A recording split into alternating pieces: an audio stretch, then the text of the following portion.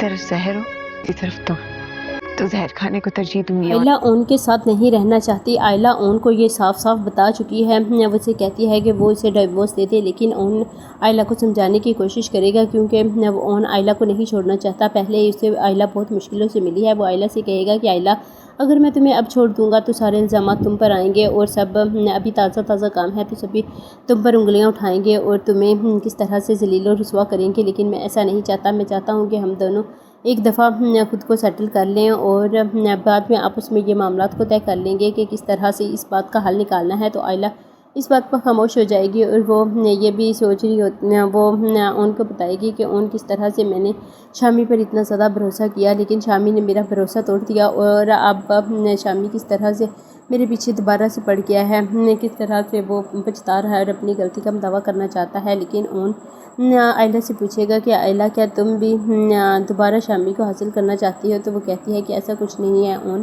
میں صرف تمہارے ساتھ نہیں رہنا چاہتی، لیکن جتنی نفرت میں شامی سے کرتی ہوں اتنی تو میں کسی سے بھی نہیں کرتی، کیونکہ اس نے میری محبت کو رسوا کیا اور مجھے اس وقت تنہا چھوڑ دیا جب مجھے اس کی سب سے زیادہ ضرورت تھی۔ تو اس بات پر اون بہت زیادہ پریشان ہو جائے گا۔ وہ کہتا ہے، دل ہی دل میں سوچے گا کہ کاش آئلہ اس ٹائم میں ہوتا اور میں تمہارا بھرپور ساتھ دیتا اور تم فخر سے کہہ سکتی کہ تم ان سے محبت کرتی ہو، لیکن ایسا کچھ نہیں ہے۔ آئلہ ان کو صاف صاف بتا چکی ہے کہ وہ میں تمہارے ساتھ نہیں رہنا چاہتی، لیکن اون اسے پیار سے سمجھانے کی کوشش کرتا ہے کہ اگر تم اب یہ بات کرو گی تو ابھی سارے تمہارے خلاف ہو جائیں گے۔ ادھر شامی آئلہ کو کال کرے گا اور آئلہ سے کہے گا کہ مجھے نہیں پتا تھا کہ تم مجھ سے ابھی محبت کرتی ہو، یہ بات مجھے رملا نے بتائی کہ تم ابھی مجھ سے محبت کرتی ہو، اس وجہ سے تو تم ان کے ساتھ سیٹل نہیں ہو رہی۔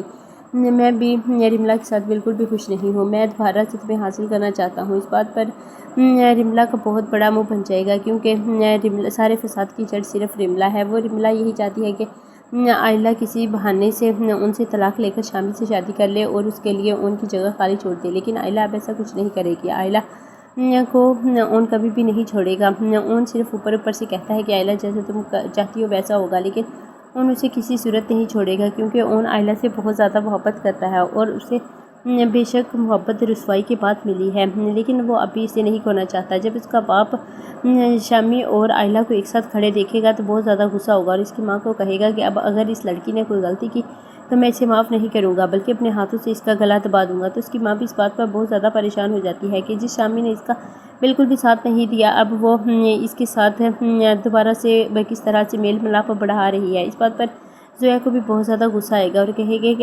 کہ آئلہ کا تو کوئی حال نہیں ہے، شامی نے اتنا برا سلوک اس کے ساتھ کیا لیکن پھر بھی وہ شامی کی طرف جھکی جا رہی ہے۔ ادھر رملا شامی کو سمجھانے کی کوشش کرے گی کہ شامی جتنا برا تم نے آئلہ کے ساتھ کیا ہے وہ اتنی آسانی سے نہیں مانے گی، تمہیں بھرپور کوشش کرنی پڑے گی اور یہ ممیز بوائز بننا بند کرو کیونکہ جب تم آئلہ کا ساتھ دو گے تو آئلہ خود بخود تمہاری طرف کھینچی چلی آئے گی۔ جتنی محبت وہ تم سے کرتی ہے مجھے نہیں لگتا کہ زیادہ تمہیں محنت کی ضرورت پڑے گی۔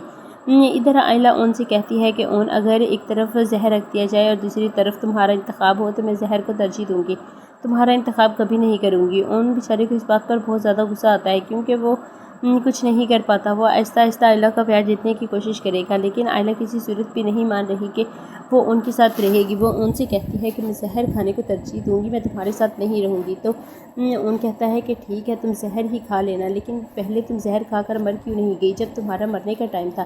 تو وہ کہتی ہے کہ تب بھی تم نے مجھے بچایا۔